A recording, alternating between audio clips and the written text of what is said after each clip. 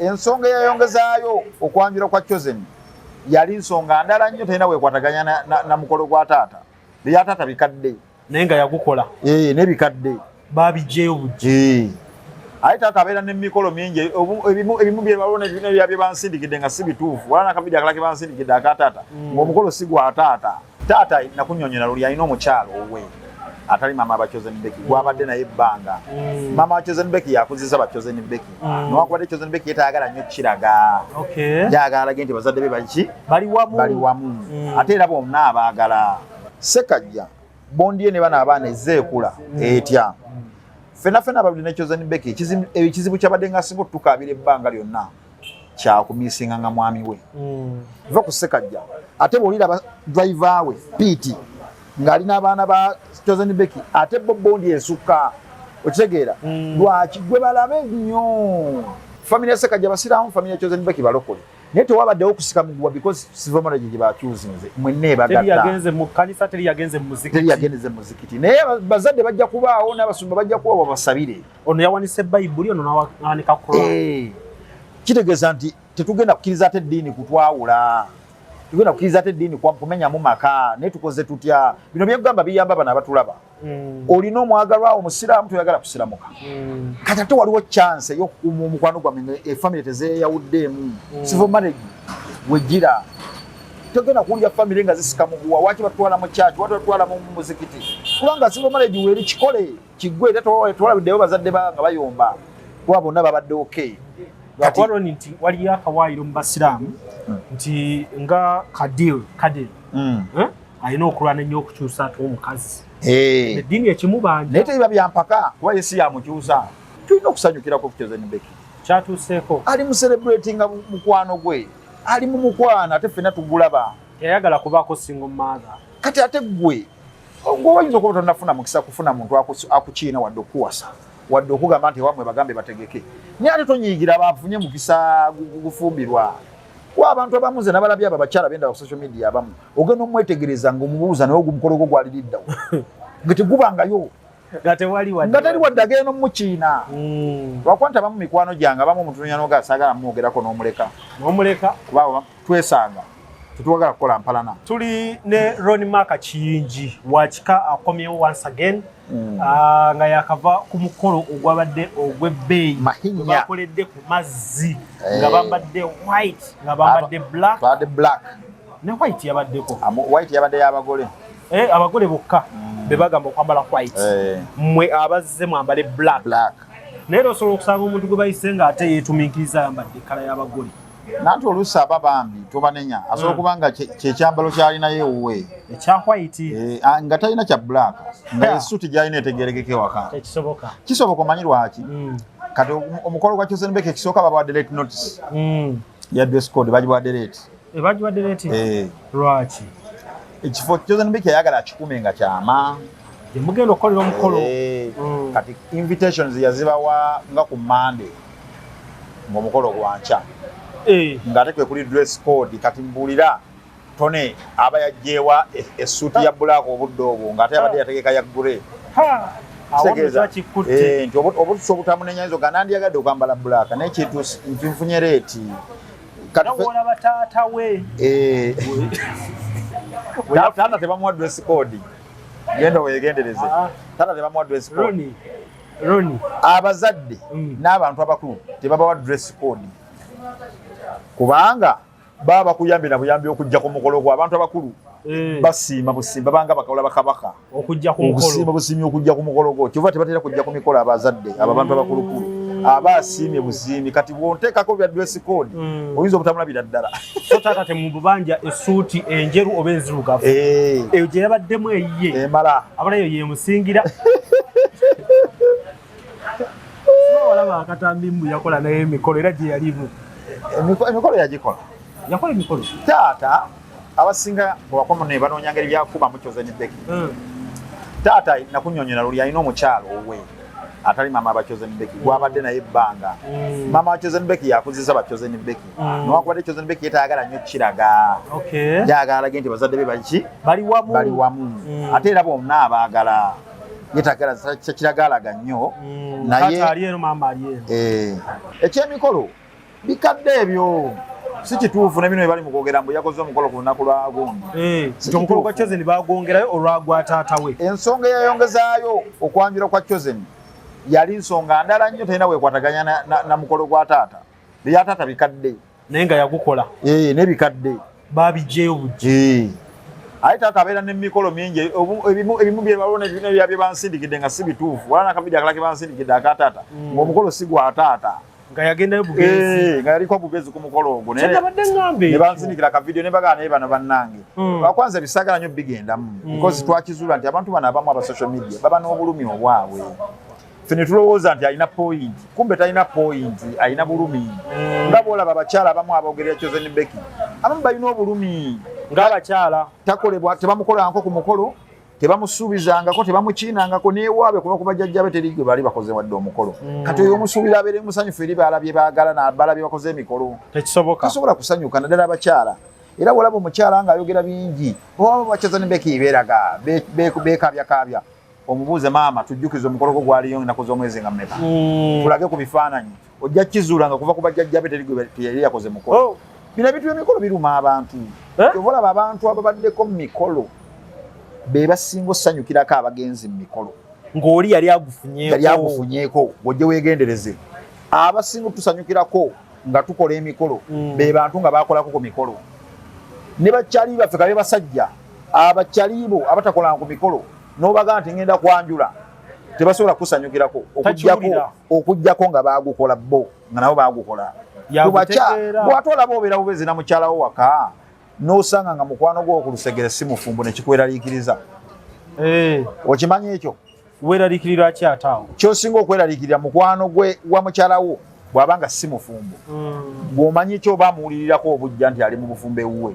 Bw'omanyi ki nti oba asobola omuperezo kakkana ng'amugambye ebigambo ng'avudde mu bufumbo. Because mu byaddala ono atali mu bufumbo tasobola sanyukirako oli ali mu bufumbo. Era abamugamba kimukomawo tufaanagane.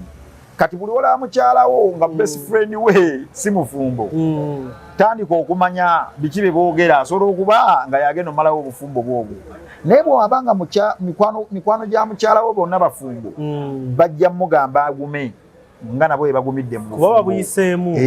Bagamba ate nange gye ndi waki gwe tobeerayo. So kati bino biboogera ku taata wa Chozen Becky bikadde. Ebisinga bikadde. Taata Chozen Becky omubuuza waki otulagawo kano ka moment tulage omukolo we gwali. Tulage nga bamwambaza ekimuli. Tulage tewali. Ate n'ebyayongezaayo okwanjula ka Chozen Becky byali birala. Tebyalina bwe bikwataganira ku mukolo gwa taata wa taata we simanyi na biki. Just ngezaho okugamba nti ebitusaga nabbi wabudde. Abantu just balina ennaku yaabwe, balina ennugu yaabwe, balina ebizibu byabwe. Abo baleke. Bye biboogeza. Twagala otegeeza abatulaba bassebo ne bannyabo tuli mu kaseera ka masanyu. Masanyu. Twabagamba tetwagala bafitina ku mukolo guno era bwe kyabadde. Nze ne mundeka. Tetwagadde bafitina. Nina fitina. Ensonga lwaki abamu baabalese baakulese kale gwe ensonga zo tuzimanyi. Obeera nnyo eri mu muceere ne tono oyo naye twamulese naye abeera nnyo mu muceere. Ensonga zammwe zitegeerekeka. Buli alina akakwate ku muceere yabadde talina waasala. Omukolo guno gwabaddeko abantu batono nnyo. Nabalabye. Batono nnyo ddala. Family ya Chozen Becky bonna mikwano gy'abasinga obungi yabatwala mu kwanjula naye ku mbaga teyabayise. Family ya Sekajja bokka basobola okujjuza ttenti yonna yabadde mu ki embaga. Omukolo ya. Kitegeeza Sekajja bw'aleka family ye yonna ejje ku mukolo ejja kujjuzaawo wonna. Naye abasinga yabatwala mu kwanjula kyovula abako baali bangi bali basukka mu 2. Naye ku mbaga yalonzeemu batono. Beebazze era walabye baganda ba Sekajja bokka be twalabye. N'abamu ku mikwano gye nga 3-4. Ne bajja.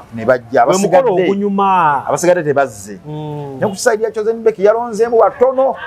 Beyayise ku mukolo. Era n'ekifo kye baategese kyabadde kinene nnyo kyova twanyumiddwa tetwabadde bangi. Omanyi omukolo we gubeera nga gulimu abantu bangi nga mbaga oluusi kiba kifuuse kyepukulu nga tekyali mbaga ng'abantu basusse obungi kiba kyepukulu nga tekyali mbaga. Embaga erina kuba yaaba abayite abalondemu abatono. Bw'osobola olaba nti Lord Mark ayambadde suuti n'anyuma teryamulinnyako tebabafuutiise. Mwegazanye celebrate the love balaba ate nga muli pure kuba nalabye nga buli gwe bayitayo okwogera ali pure bakuwadde ebimuli byo ebimuli babimpadde abantu abamu gwe nalabyeko yabadde Maria's Bridal Maria's Bride Jacinth yayogedde nga afukamidde kati yatuuse okunjogerako yabadde afukamidde abasinga ne balowooza speech yonna yabadde eri kunze nedda yayogedde afukamidde teyadde tafukamiridde nze yayogedde afukamidde yadde abuuza Ssekajja n'abalala buli yadde abuuza Ssekajja yadde afukamira abamu mikwano gya Chosen Beck buli yadde ayogera ku Ssekajja nga afukamira naye yabadde speech yagikoze afukamidde Maria's Bride simanyi kyali kituufu lwaki alina ssente naye ne bwajja wano avaawo nga tategedde nti alina ssente kuba yeeyisa ng'omwavu yeeyisa n'abaavu batasobola kweyisa nti omwavu ayinza okutya kukuvunamira ennyo ye Maria n'akuvunamira ate nga ye mugagga nga naye nga n'omwavu tajja kukuvunamira nakatudde omwavu agaana okufukamira Maria omugagga n'akufukamira so Maria's Bride kyanneewuunyisaamu ekyo embeera ze teyeeyisa nga alina ssente nange by character nzize mugoberera teyeeyisa nga alina ssente ate amanyi mikwano gye yeeyisa ng'omwavu afukamirira abantu awa abantu ekitiibwa kyokka abagagga tebatera kukola bintu ng'ebyo omuntu ng'alinamu akasente ke so bimu ku bintu byemwewuunyako alina Maria yakoze ebintu bingi mu mukolo yavuze n'abagole yakoze bingi Maria kuba Maria oyo mukwano gwa Chosen Beck ekirala Maria ekimugata ne Chosen Beck abantu abakantuukirira nga baagala okukwata Chosen Beck abeere ng'akola ku olanga gawuni zaabwe aba bridal bangi waliwo omu ku banene mu ggwanga abatunda aba bridal yankubira n'aŋŋamba jangu ku office ng'etuuka n'aŋŋamba ngenda kuwa akasente bwe kati ne bwe kati okufisi nga Chosen Beck ajje ku saidi yange abatandikoleranga gomesi zange ne gawuni zange akasente nga kansuubiza kangi nenjogera Chosen Beck ne bagamba manyi mukwana ekiriwo kye kino diiru agenda tuwa ssente nnyingi Chosen Beck n'aŋŋamba diiru yo weeze ne ssente nnyingi zaatuwa naye Maria si wa bulijjo Maria ono yanzikirizamu nga nina akayimba kamu n'ampita n'aŋŋamba oli wa Dembo Kima Gomesi ne Kyenyingi Dresses buli woolaga ku bwereere kuva 2018 nga alina akayimba kamu nga tewalina ssuubi ti ndikikuba naye Maria yampita n'anzikirizaamu era from that day njogera bwogezi nti njagala Gomesi 6 nga bazipaakinga nga zijja njagala Gomesi 10 nga bazipaakinga nga zijja njagala Kyenyingi Dresses nga bazisindika teyi lunaku lwe yankalubiriza teyi lunaku lwe yansabye wadde 10 okumala emyaka egyo gyonna kati saawa eno wabeera wazze n'ansuubiza ssente ngende kuona mpa ssente ndeke Maria wabeera ni feya omuntu yanzikiririzaamu from day one nga teri yandabye abamuntu waddala so Maria yengeri gyatambula Chosen Beck eyo nebbanga paka n'olwaleero era katwade tusobola tuuka ku mbaga ale ntugamba omulala mwambaze nedda Maria yabadde alina kikola so mu bantu abamanyi Chosen Beck ennyo Maria amanyi Chosen Beck ate Maria abeera n'abantu abakabi omulabyeko ne Faida Nakazibe omulabyeko ne baani naye watuuka ku Chosen Beck akulaga kyanjawulomu kyanjawulomu kikulaga nti beemanyi naye yakoze omulimu omulungi yanjagala omwebaza ekyokubiri Chosen Beck yanyumye ne woba oli wa fitina kkiriza ddamu nti Chosen Beck yanyumye white gown yanyumye yayambadde gawuni eriko amayinja ng'enyumye Chosen Beck yanyumye ne Ssekajja banyumye kubanga tulabye emikolo mingi nga abagole tebanyumye tugirabye nga waliwo bwe kifiira Ssekajja yanyumye ne Chosen Beck yanyumye kati oba oli wa fitina naye ekyo kyo kikkirize banyumye ekyo kyekiggwa era Maria njagala omwebaza yabambazza nange yanneebazizza bw'omukuba lumira mwoyo akatya biduduma asobola okuwiwawo omubiri ku Chosen Beck yanneebaza naye bye yayogeddemu abaddemu ensonga yagambye tulaba nnyo Ronnie Maka ng'ayogera ku TV ku TikTok wano ewalujja naye ebisinga byonna abayogera bintu ffenna bye tumanyi tebituufu naye nga ffe tutudde buti kubyogera tutya okuvaayo ffe mikwano gya Beck tutudde buti okubyogera naye nga tukimanyi nti biki bituufu kati ekyo abasinga kye bataawulidde yabagambye abyogera naye ayagala okubategeeza nti byonna byayogera biki bituufu so kyengezaho okugamba kyekino nti mikwano gyaffe sigenda byogera bonna Maria mumaze abayimbi abatuyimbideko katonava ku Maria tusooke tunyiigire ow'ekimuli yabadde alina okukolera ekimuli n'akirwisa akulwana kiki Maria yagambye alina gwe yagambye akole ekimuli n'akirwisa ndowooza yakirwisiza olwana Ronnie Maka naye Maria ajja bikola bino ajja bikola nange kyekimu kye nalowoozezaako ennyo ekyo ajja bikola si muzibu mu bino ajja bikola kasatu kasaabira bye wino ajja bikola Tukumudeko nyama n'ekirala ali yadda buto omuleba munnange omanyi bakuga nti Maria's Pride obalowooza ogenda laba omukazi omukadde omukulu kubanga bizinesi ye ebadde evuga ekumala emyaka naye munnange ekivaayo nga toyinza kizalibu kyekyo ate ze buli lwenkiraba kyeyogera kudda buto ate temweddira kyekimu embozi eyo ekomaawo kale katwebaza abayimbi abawerekeddeko Chosen Beki njagala obbeebaza babadde bafumbo si bafumbo abayimbi tekuliiko ebyo ekikuleesa ku mukolo nnyimba zo bw'oba tolina nnyimbi oba tolina nnyimba wadde oli mufumbo tojja kujja nnyimba ze zikuleeta ku mukolo twagala okwebaza okusingira ddala nsagala kwebaza Lydia Jasmine yakikubye Lydia Jasmine ye yasoose ku mukolo yakeddewo n'abagole abasinga n'abagenya abayite nga basinga tebannatuuka saa 8 Lydia Jasmine yankubidde essimu n'aŋŋamba waaye ntuuse wano ne mugo okakasa nga nange ekyafulumyemu ndi mu kwetala mu birala nga Lydia Jasmine yatuuse dda yatuddewo n'alinda paka ne Josted yazza oluvannyuma yamusoose okuyimba era n'alinda n'ayimba nga Josted amaze bwe mukwano ogwo naye bwe yamaze okuyimba Lydia Jasmine yatudde paka kiro owedda waali teyavuddewo ne Josted yasigaddewo kubanga abavuddewo ndowooza bombi kiro we baviiriddewo bombi ogwo omukwano si gwa bulijjo tuli eyo jjukira mu kibira eyo munda naye bwe kiba ng'omuntu atudde paka ssaawa ezo ng'ate yayimbye edda misana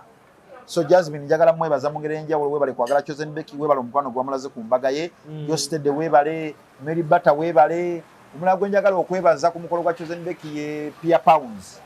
kakubyo ina style Pia Pounds yazze bukyali naye moroka yagipakinzaawo nga woyingirya wedda atudde omwo abasinga tebaamulabye kwegamba abeere ng'ayiga alabe bwe bibeera buli eyazze nga bukyali yabaddeko ebyokuyiga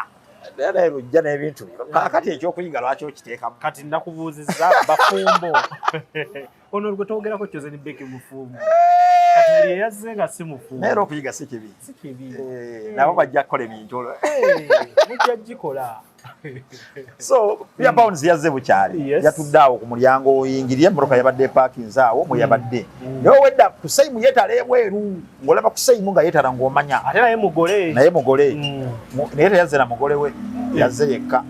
Kusaimu by'otandise si birungi teyazze na Kathy okyali fresh mbugole tambula ne mukazi teyatambudde naye kati bazze ne Pia yatudde naye paka Pia yasembyeyo yasembye Maribata yasembyeyo ne Pia yayimbye leeti nga Beki amaze n'okugenda okukyusa akomawo n'alyoka Pia ayima naye yabaddewo okuva misana naye yalinze omukolo gumunyumira ekyakinabye ku Pia yatwewuunyisizza abantu bulijjo balowooza Pia talina nnyimba Pia yakubye luyimba ku luyimba nga buli muntu agamba ne luno lulwe ne lulwe era twagenza ova ku mukolo ogwo nga buli muntu ategedde kati abamu ku bayimbi bwe weetaaga ku mukolo gwo Pia omwetaaga Pia omwetaaga yakubye luyimba muleke twala Pia bonna batwale Sabuwa muleke twala Pia Sabuwa ku mbaga takuba nnyo akuba nnyo kwanjula era ojje weegendereza abasinga bamutwala nnyo kwanjula naye ng'ate n'ennyimba z'embaga azina ennyimba z'embaga azina nadde embaga z'endabyayimbako ndo zesinga ziba z'abasiraamu naye tebamutwala nnyo ku mbaga katwagala obbabusa nti ne ku mbaga akola bulungi naye ku mbaga kati must watch must book bamuyita Pia Pounds abagenze ku mukolo gwa Chosen Beki bonna abasinga bavuddeyo bakyusizza endowooza ku Pia Pounds bulijjo kano akaana kalina ennyimba zino kayimbye bulungi kakyamudde abantu ate kazze kanyumye jjukira kalina kala eyo gitegedde ezo kala za ttone ezo zitegedde era oba tebogera ku kala aligete walabe Pia yazzemu ate tekafeedinga kalungi kalungi kabadde kanyumira engoye kabadde nga buno obuzungu buno Selena Gomez bwani obwo Jennifer Lopez n'engamba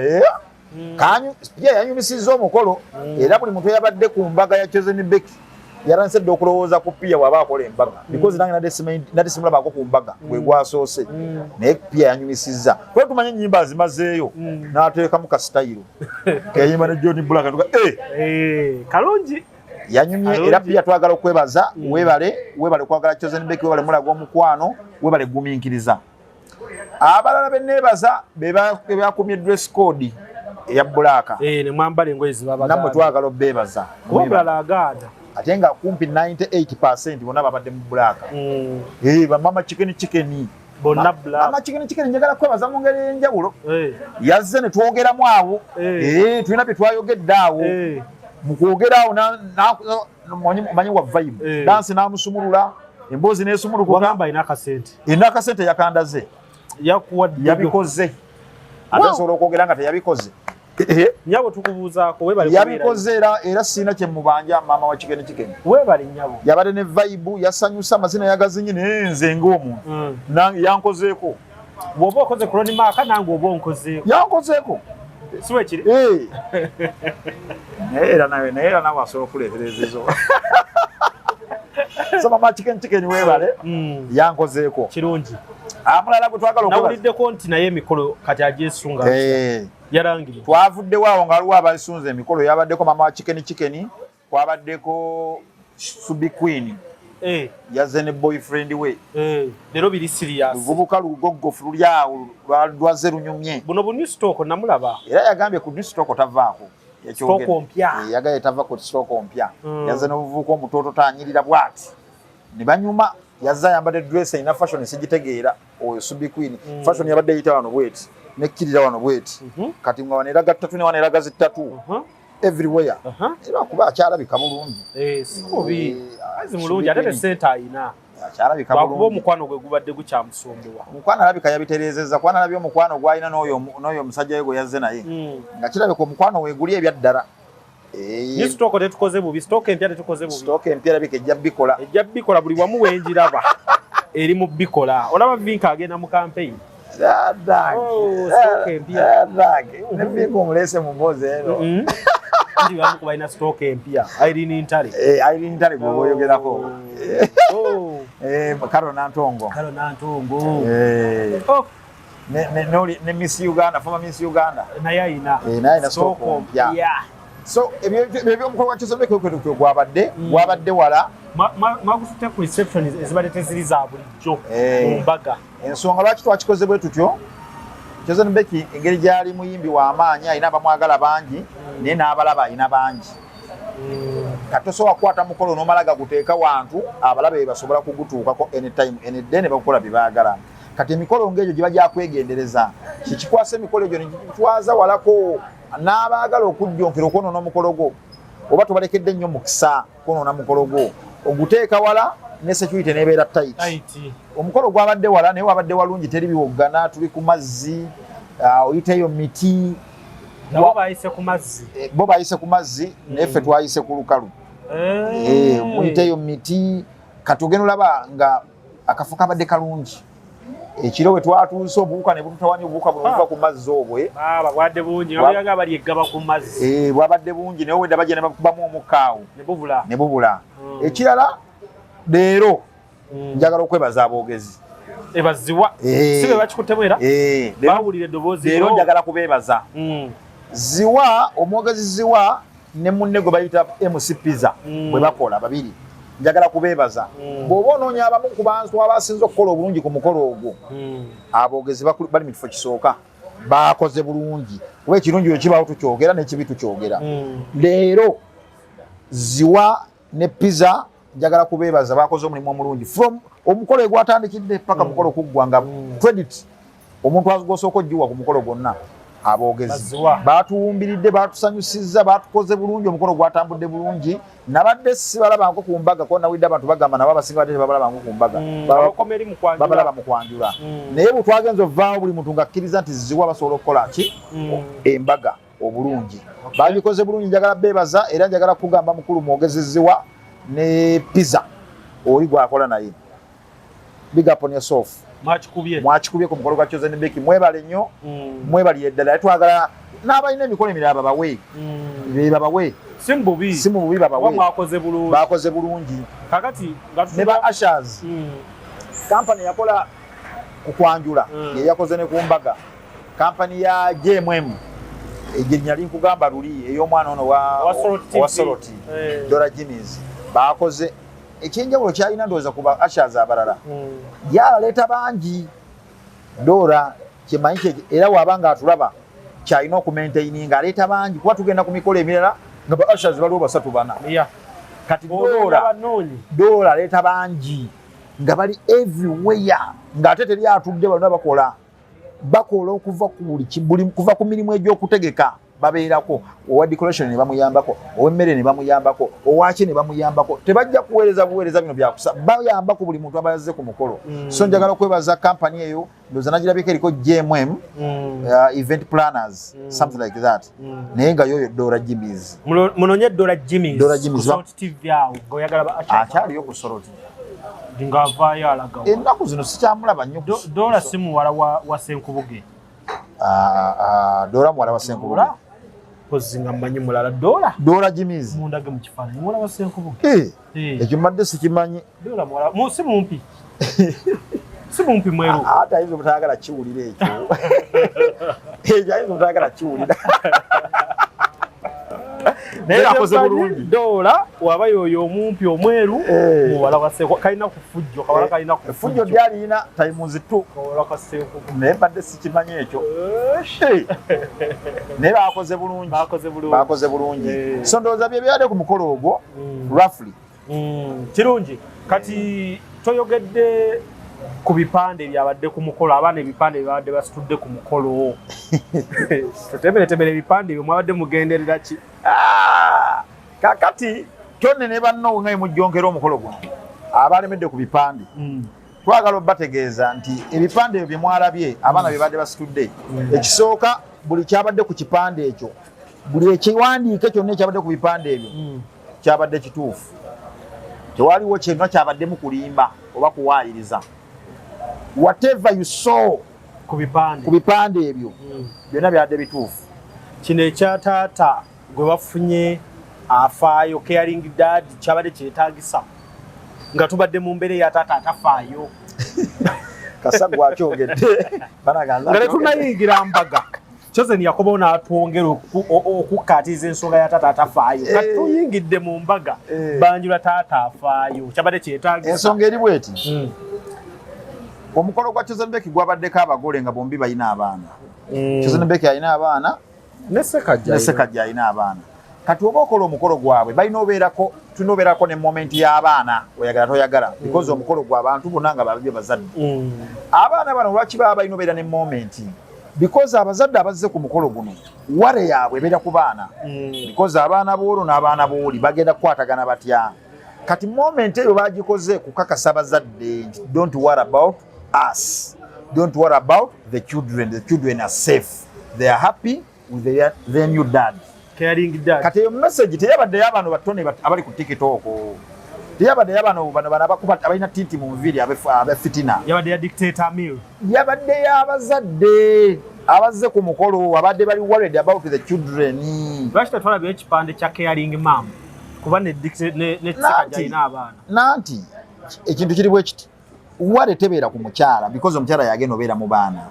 wale ebeera ku taata anayagala bana abaana batazaala. Otegere kyegambye kiri bwe kiti Roni nnyonnyola wanya kiri bwe kiti Chosenbeki alina abaana kakati abaana bano bagenda kubeerawo batya ku taata omupya because ye Chosenbeki wedde bamwagala naye taata omupya banaamwagala kati gye badde balina okukakasa twafunye taata omulungi. Taata nno omulungi si bigambo bino nakyo njagala kibagamba ffenna abaana abo batwagala nange banjagala bw'ogende wa Chosenbeki bakusanyukira ku ffenna ababadde bagende wa Chosenbeki teriiyo omuntu alina bondi n'abaana abo kusinga Sekajja taliiyo. Sekajja bondi ye ne bana abaana ezeekula etya ffenna ababadde ne Chosenbeki ekizibu kyabadde nga singa otukaabira ebbanga lyonna kyakumiisinga nga mwami we ng'amala ebbanga talabye mwami we kyekintu kyabadde nga tero tugamba waliwo ne weyaŋŋambako njogereko ne mu mwami oyo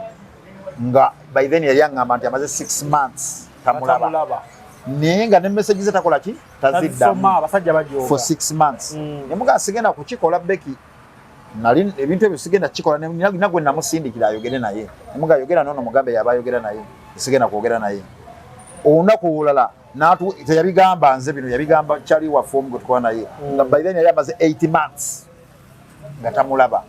Kati njagala okugamba eri ebbanga yabadde nga amala nga talaba baana abo golooza abaana abo badde nga balaba baani badde balaba ffe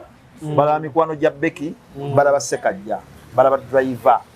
be badde balaba era bw'olwasanga driver wa Chosenbeki n'abaana ba Chosen Beki bizoroza yabazaala va ku Ssekajja ate bw'olira ba driver we Pete ng'ali n'abaana ba Chosen Beki ate bo Bondi esukka okitegeera lwaki gwe balabe nnyo litatamala n'emyezi 8 nga tebamulabye naye walinawo gwe balaba buli lunaku avuga mama we n'amukomyawo ne bazannyamu ne basekamu ye Pete ye Ssekajja abakomanyeewo nga bava kuba bifaananyi ku mukolo kati bano abaana Bondi yaabwe ebadde ekula buli lunaku ate bino si byakwogerera ku TikTok genda obalabe kwe bali nga balina Ssekajja olabe Bondi because chemistry si wakwogere chemistry osobola omulaba ekirala ababadde ku mukolo mwabalabye omwana omulenzi omuto owa Beki waliwo edda bwadduka n'akwata Ssekajja bw'ati n'amunyweza bw'ati nga tatukute na maama we naye nga afiira ku Ssekajja kikulaga nti ekyo tosobola kikola nga Bondi teriiwo abali ku mukolo gwa Rema mujjukira nti Bondi yali tennaba kujja wakati w'omwana wa Kenzo nani ne dokita mwagiraba nga teriiwo kati saawa eno weeri kuba baagizimba naye bwe twakolera omukolo abaali omujjukira ng'akaana tekamufiiringa kali tekamufiiringa kali tekagala kumanya naye kati saawa eno Bondi weeri baagizimba kati Bondi ya Ssekajja n'abaana ba Chosen Beki si yakuzimba yazimbibwa dda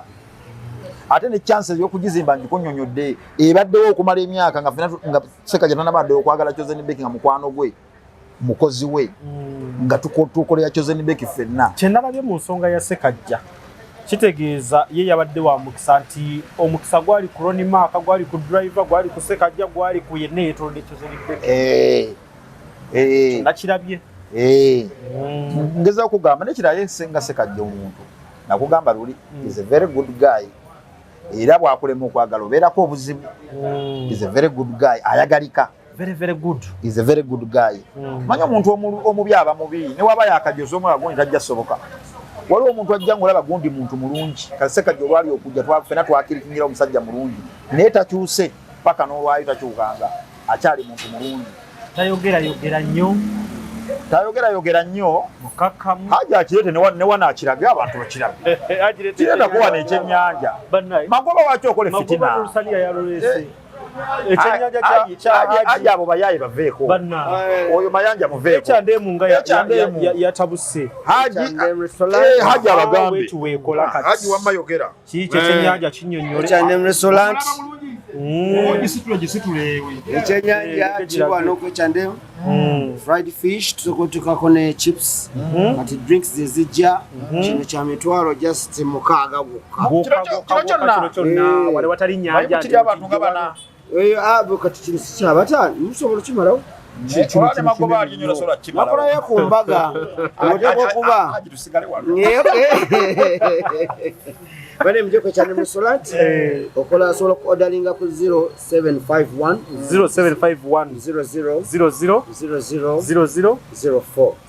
0004 ofuna ekyennyanja ku delivery naawe aliridde wano ekifo kigazi omukulu Lusania hajirwa Lusania katulete naye tulubiseeko wano magoba kimulume kino kiteeke ebbali magoba leeta Lusania abantu bategeere bintu bya ddala bati zino sente onoozifuna ddi sente onoozifuna ddi bategeere ndi bintu bya ddala muwe eddoboozi babuulire leta folk ezo zibeereko abantu bali maka bane n'Olusania bwe wano ku H&M restaurant bulungi Lusania we luli kuliko janjalo kuliko chapati kuliko juni nyama kuliko greens kuliko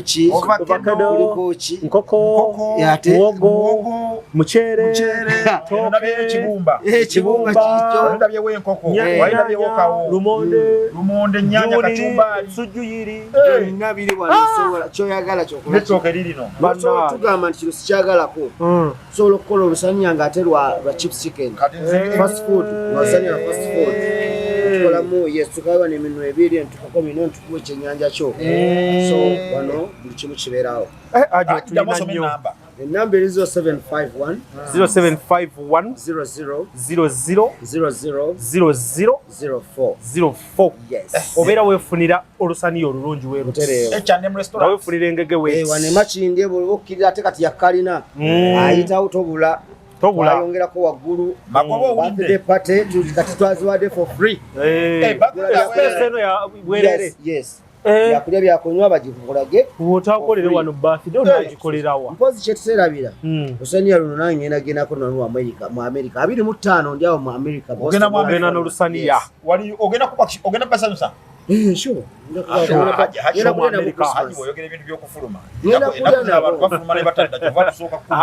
Haji takyalimu eyo lepo Haji awo yavaawo naye Haji yavaawo tukyaliraba tukyalaba birabe magoba jango je olusaniya uno tulizo nduya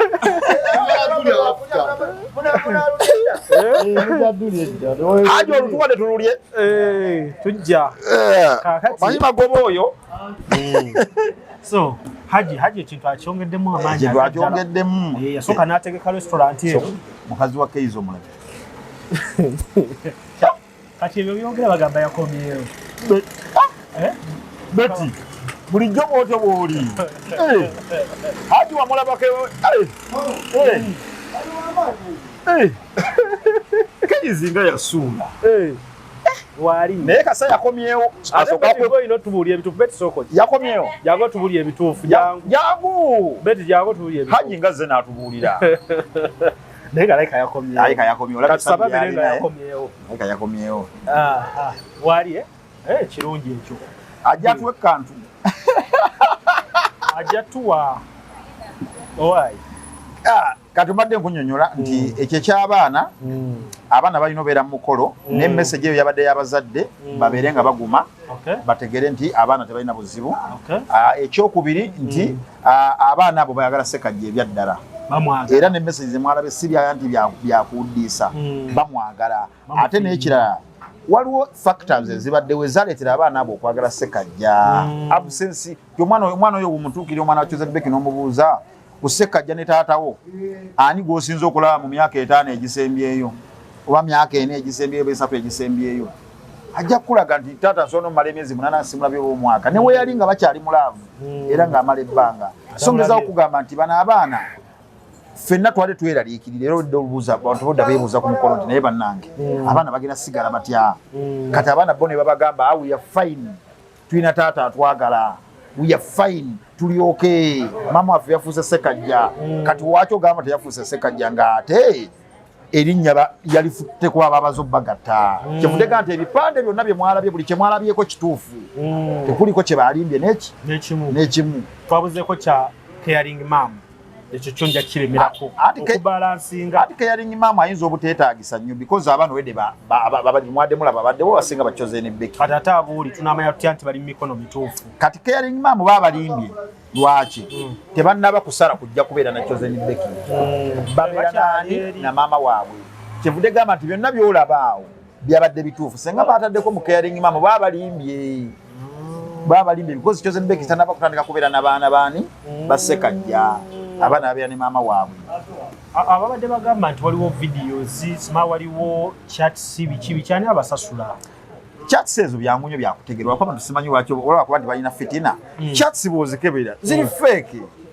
chats nyangu nnyo zakola nga ziri fake lwaki nkunekwata essimu bbiri nenze ne typing nenkuba screenshot nenkuweereza ne buli bwe bagambanga ku by'obuyambi ba Chosen Beki era mwalimu chats ezaali fake nga tuziraba naye lwakuba nti abaana baffe bakola amawulire abamu nabo batuleetinga down kuba bakuwadde story nga story obujulizi bakuwadde bwa chats bubulamu nga genda oziverifying chats za WhatsApp nyangu zategeera nti eno fake eno si fake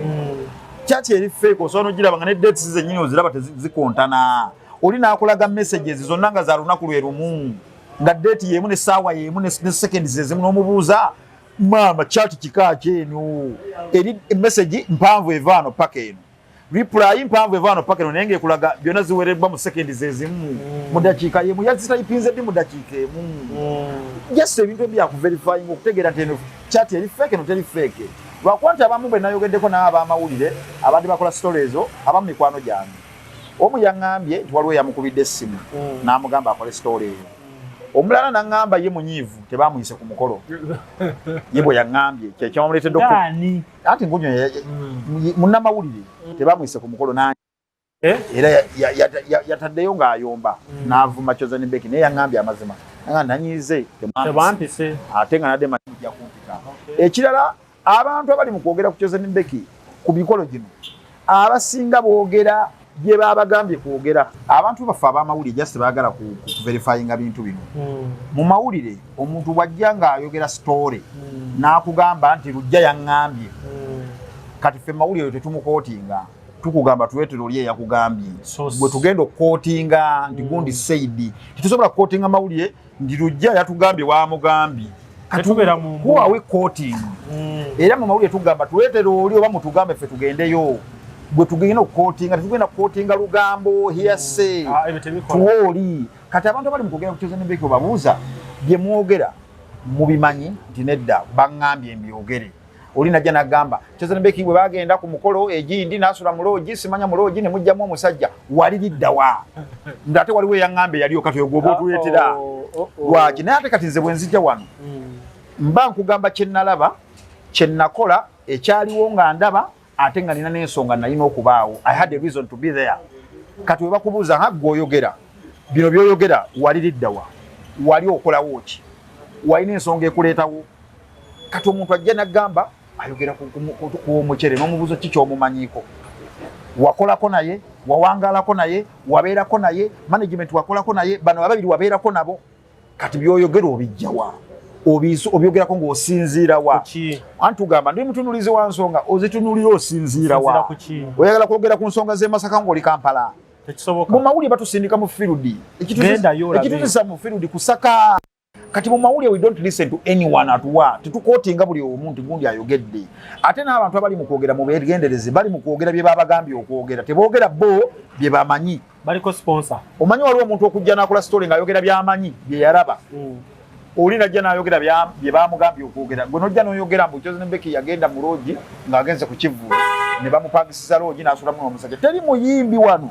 atagenda up country ne bamupangisiza loogi taliiyo. Ffenna tutambula nabo. Era ne tusulayo ne bapangisiza loogi. Kyogamba bonna babeera mu bwenzi olinga kyogamba. Olinga ganti Rema tayimba bivulu byewalanga alina osulayo. Agenda n'asulayo ne bamupangisiza naye twogezako kugamba nti gwe kyoli mu kukola gw'oyagala kwonoona Chosen Mbeki. Naye oli mu kwonoona mulimu gwonna. Ogwa abayimbi gw'oli mu kwonoona. Abasajja abawasa abayimbi kati bali mu kweraliikirira olw'ebyo bye mwogera nti simanya bakugambye mu Chosen Mbeki yagenda mu loogi simanya ng'alina okuyimba mu Kivvulu ate waliwo omusajja yajja mu loogi mwe yasula.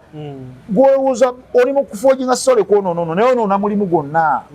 Abantu abawasa muno kati bali mu kweraliikirira babulya ebiboozi ng'ebyo kyokka ng'abayimbi bagenda ne basulayo ne bakola ne bakomawo nga tebakoze na bwenzi. Okitegeera kye gamba nakyazaako wano twaleeta wano guy driver yavuga nga Chosen Mbeki bameta Sebagala kati ali mu byabufuzi yavugako ne Haji ono Haji asula mu kugamba Haji Aruna wagendanga naye era ebiseera bisinga nga Chosen Mbeki bwe baba bamufunidde wano wagenda osula Sebagala yagala ruumu eddako. Lwaki ng'agamba Chosen Mbeki waba alina ekintu kyonna kye yeeraliikidde oba kye yeekanze nze gw'asooka okuyita kubanga abeera ng'ayagala nga yamukuuma era bamu balowoozanga n'okulowooza mbu ayagala ani Sebagala kuba Sebagala alinga ayagala nnyo Chosen Mbeki ng'ayagala nnyo mukuuma era ng'akubuuza ebbanga lye namala naye twalaba kuwadde omuvubuka atugoberera oba ajja okusulayo. Ekirala tosobola kukwata Chosen Mbeki omunenye bwenzi nakikugamba ekyo ky'obwenzi yakiwangula atya azaala atya abaana basatu nga bonna babo gw'olekawo emyezi 6-8 n'ogamba mbu ate nkomyewo mu kamera mulumiriza bwenzi. Gwe ekyo kimanyi ekyo gw'olekawo emyezi 6-8 naye n'ogenda okebeza abaana bonna nga babo kuba yabakebeza bonna nga babe.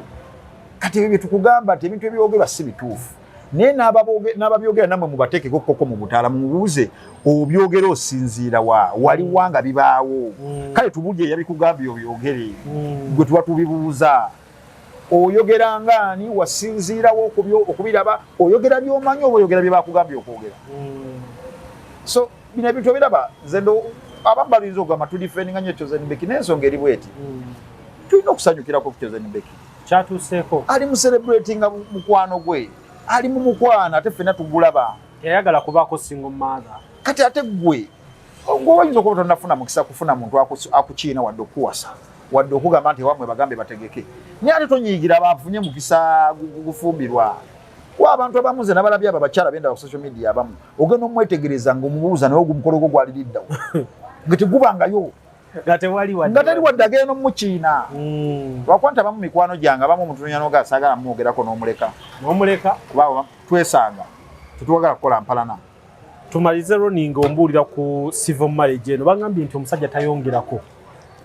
oba na mukazi w'oyo omu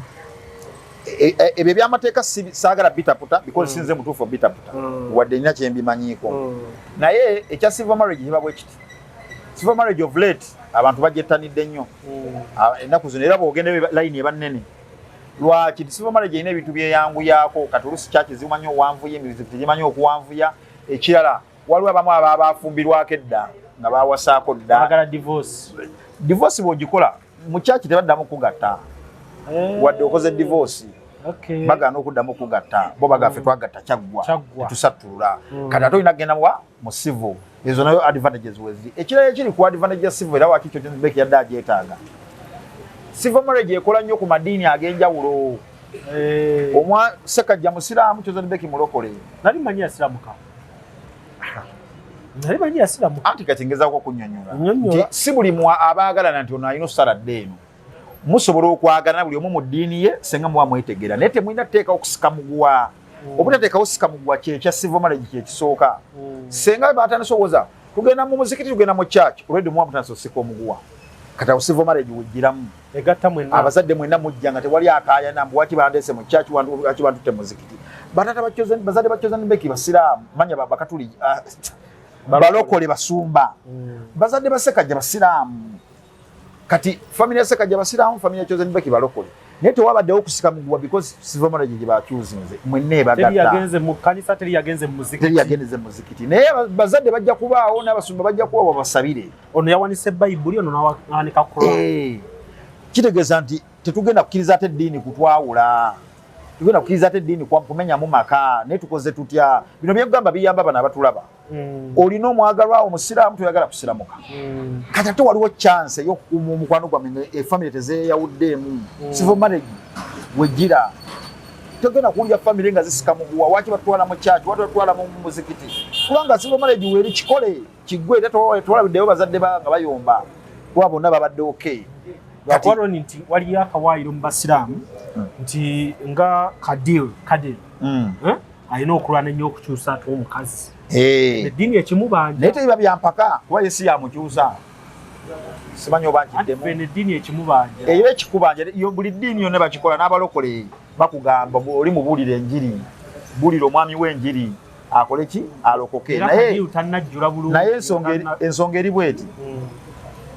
kati essaawa eno tetuli ku discussion ya ddiini tuli ku discussion ya mukwano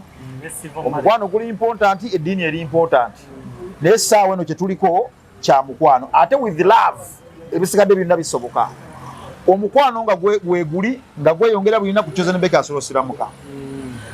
era okusiramuka kwe kadiru yalina omulaga nti kino kyoliko kyekisinga ekyange si byampaka